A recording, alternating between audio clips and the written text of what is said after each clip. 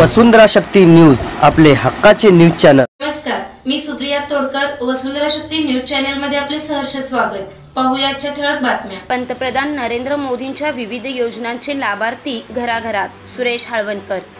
जागतिक महामारीतून देशाला बाहेर काढण्याचे काम पंतप्रधान नरेंद्र मोदी यांनी केले।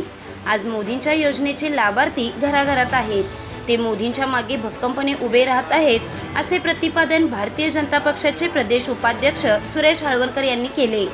हातकणंगले लोकसभा मतदारसंघातील महायुतीचे उमेदवार धैर्यशील माने यांच्या प्रचारार्थ साई मंदिर चौकातील कॉर्नर सभेत सुरेश हाळवणकर बोलत होते।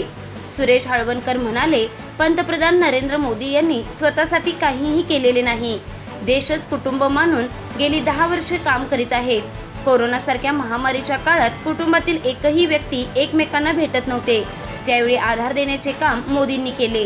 कोरोनात भारतामध्ये 50 कोटी लोकांचा मृत्यू होईल असे जागतिक संघटनेने सांगितले होते, मात्र मोदींनी 130 कोटी लोकांना लस उपलब्ध करून देऊन जनतेला तारण्याचे काम केले। त्यांच्या ऋणातून उत्तराई होण्याची संधी मिळाली आहे। धैर्यशील माने यांना विजयी करून मोदींच्या ऋणातून उत्तराई होऊया, अजितमामा जाधव म्हणाले। धैर्यशील माने यांनी अनेक विकास कामे केली आहेत। ऋषभ जैन, शशिकांत मोहिते आदींची भाषणे झाली। यावेळी भाजपाचे माजी जिल्हाध्यक्ष हिंदूराव शेळके, प्रदीप धुत्रे, सुकुमार पाटील, इम्रान बागवान, महादेव हाळवणकर आदी उपस्थित होते। शक्ती न्यूज यूट्यूब चॅनेलला सबस्क्राइब करा आणि परिसरातील ताज्या घडामोडी सर्वात आधी बघण्यासाठी बेल आयकॉनला क्लिक करा।